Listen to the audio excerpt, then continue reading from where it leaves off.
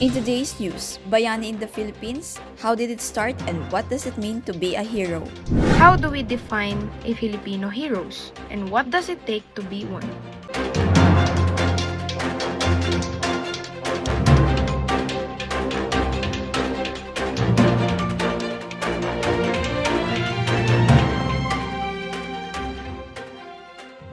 Good morning, this is Agustin Alisa. This morning, we had been talking about heroes. So, Miss Brina, what do you think about heroes? I think heroes are one of the amazing people that protects their people. And sometimes they made a huge sacrifice for the sake of the country. How about you, Miss Agustin? We have the same idea of what a hero is.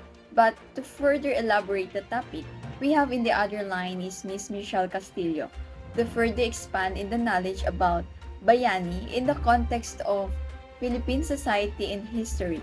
Miss Castillo?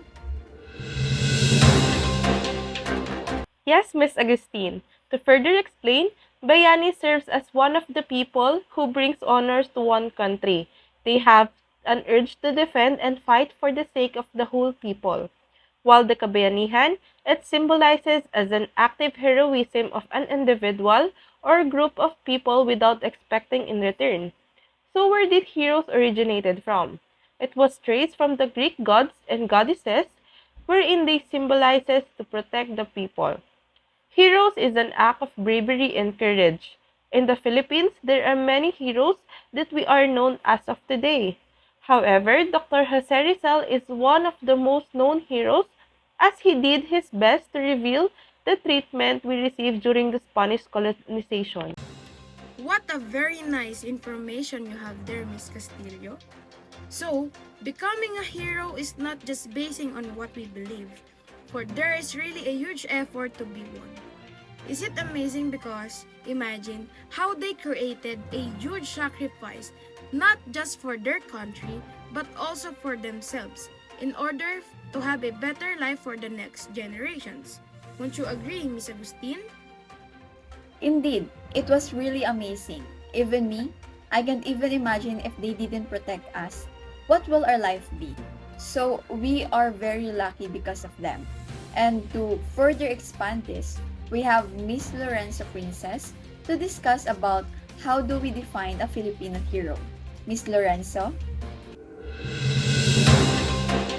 Good morning, Miss Agustin, and to all the viewers who are watching right now. Nowadays, it is really common for us to call someone a hero. We have asked someone about their own idea of a hero. When I was a kid, I always thought that heroes are strong and independent. Whenever I watch a superhero movies, I cannot help but to be mesmerized because they are so strong and wish to be like them. But as I grow older, I came to realize that it has so many responsibility that it creates impact to my daily life. Thank you very much for that. As you can see, when we were kids, we used to dream of becoming one, not knowing what a hero really should be and what is their role in our life. But defining them, a hero is indeed strong, independent, and they have the will to do something better for the future. And according to Dr. Esteban de Ocampo, a well-known historian, stated in his book about Rizal that a hero means a prominent or central personage taking an admirable part in any remarkable action or event.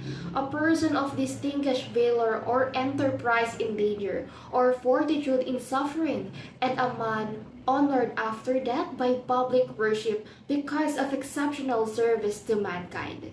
Back to you, Miss Agustin. Thank you, Miss Lorenzo. Alright, we will be having a short break and we'll continue after. Being a hero is not that simple, but we also set criteria. What will it be? Do heroes really need to be certain in their jobs to aspire others or to give a better future for the next generation?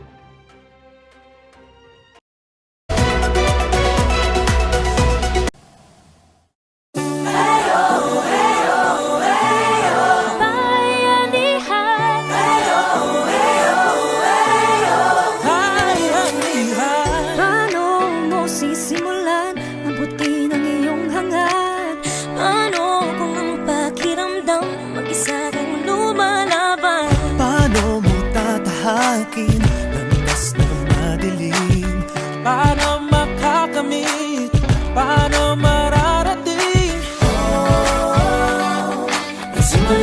magkakasama sa baba. Sabay-sabay patas lahat titigala, lahat magagawa kung sama-sama. Kung may balakid man ay kaya-kaya, mga pangarap nating hawak-hawak, isa-isang matutupad kapit kabayanihan. Bayanihan.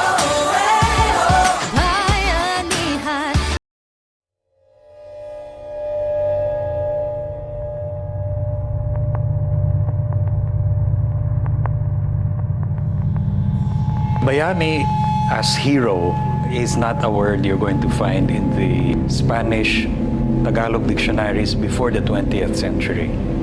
The notation you're going to find is a warrior, a dagger, also a leader, but you're not going to find hero.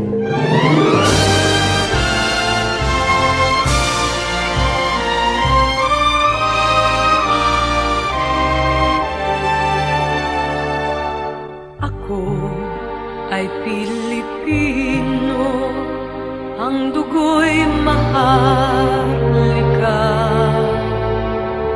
Likas sa aking puso at hikain kay kanda. Sa Pilipinas na aking bayan, lantay na perlas ng silanganan, wari na tipo ng kayamanan ng may kapal. Bigay sa'king talino sa mabuti lang laan, sa aki katutubo ang maging mapagmahal. Ako ay Pilipino, ako ay Pilipino, isang bansa, isang diwa ang minimithi ko. Sa bayang ko't bandila, laan buhay ko't diwa. Ako ay Pilipino, Pilipinong totoo. Ako ay Pilipino, ako ay Pilipino, taas noo kahit kanino, ang Pilipino ay ako.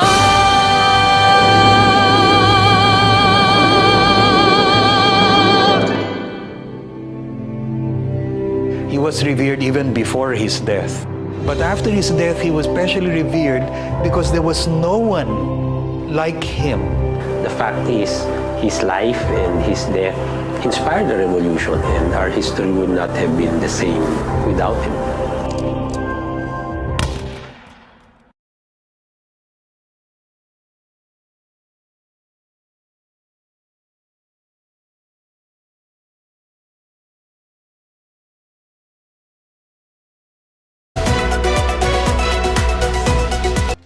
And now we're back.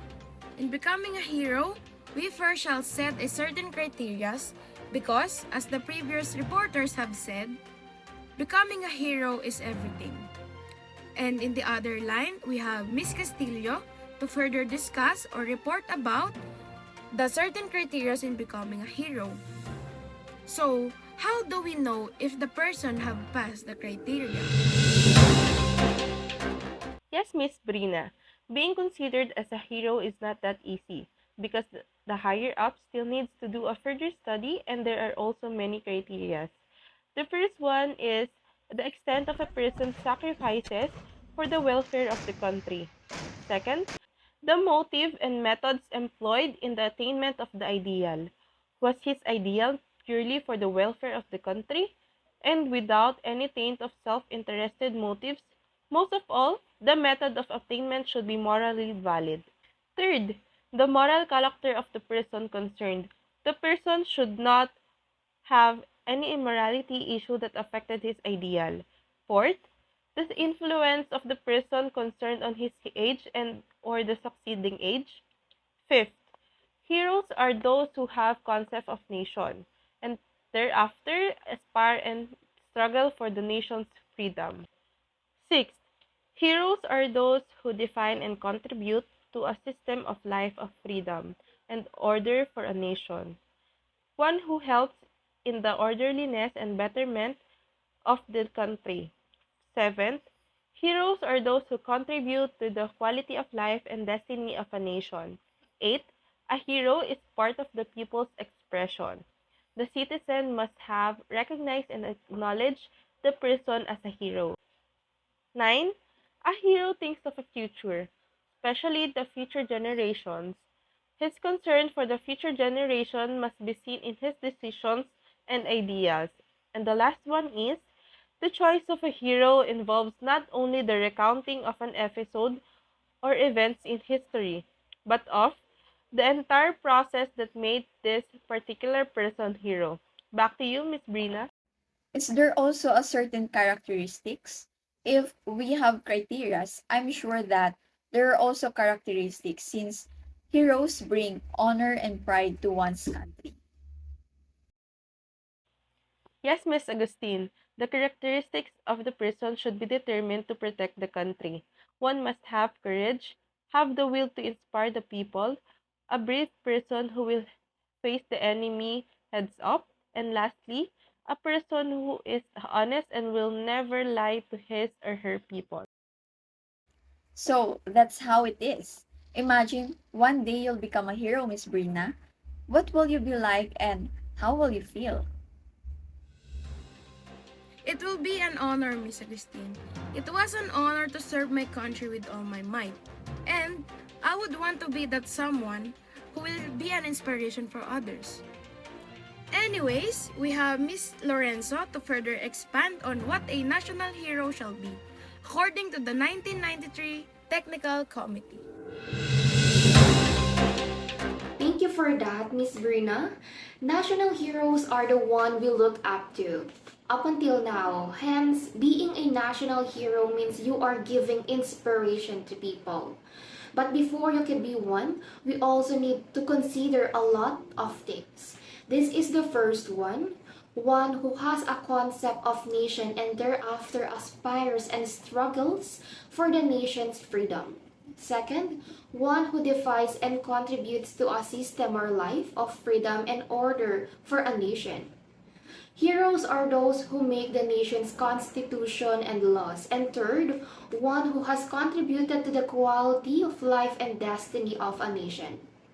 But in 1995, they added 3 more criteria, which make it somehow hard to achieve.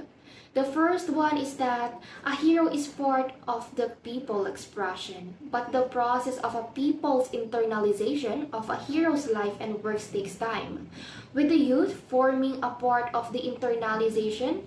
Second, a hero thinks of the future, especially the future generations. And lastly, the choice of a hero involves not only the recounting of an episode or events in history, but of the entire process that made this particular person a hero. Back to you, Miss Agustin and Miss Brina.